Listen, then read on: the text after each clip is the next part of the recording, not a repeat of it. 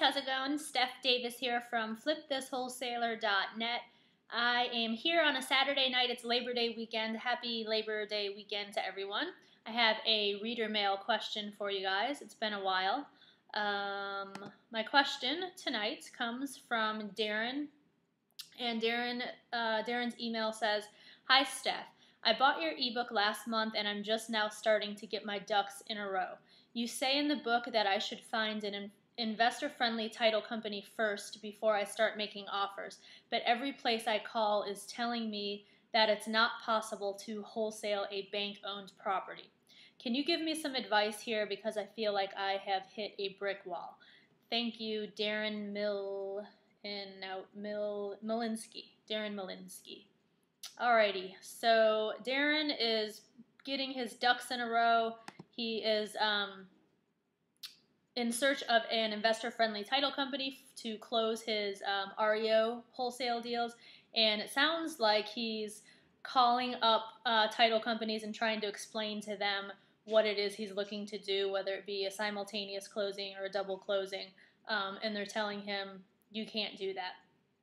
And this is something, I actually think that it is written in the ebook, and I've talked about this quite a bit on my blog, but if you don't have an investor-friendly title company, if you don't know of one in your area, the worst thing that you could possibly do is whip out the yellow pages or go online and Google title companies in your city and then just start cold calling them and telling them that you want to wholesale REOs and you want to do a double closing or a simultaneous closing or whatever, because most title companies are going to tell you it's not possible, it's illegal, you can't do that, blah, blah, blah.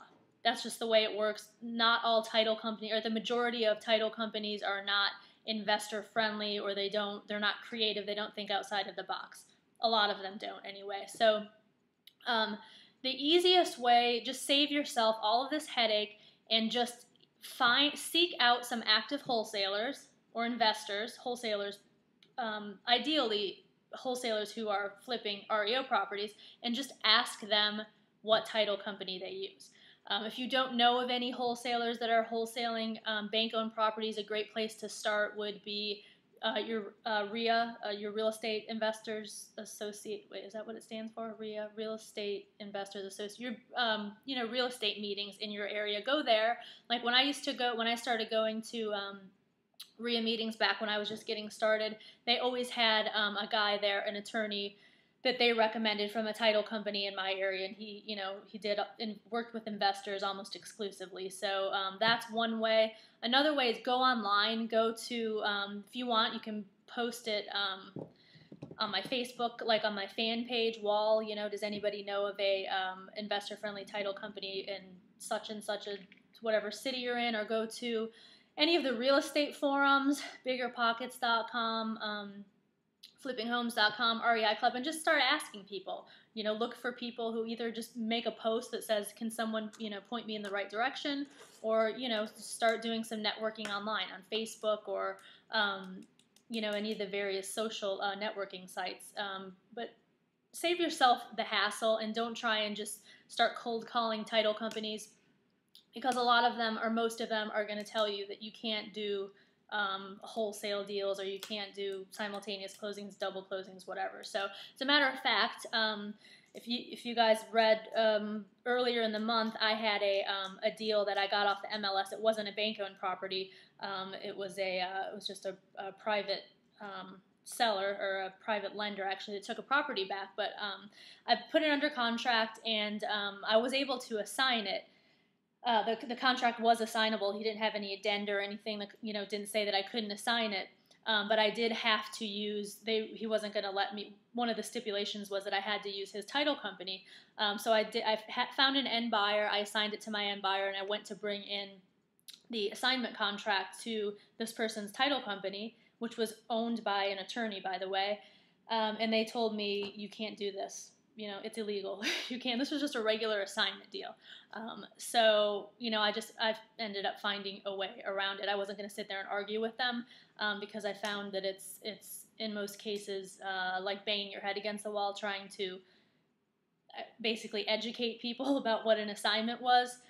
So we ended up actually just putting, I'm getting way off track here, but I'll just finish the story. You guys probably read it on my blog, but we ended up just putting, I got paid a marketing fee on the HUD as opposed to an assignment fee. They actually let me assign, they told me that I could assign, this is how ridiculous this was. They told me that I could assign the contract to someone, but I could only assign it for $0.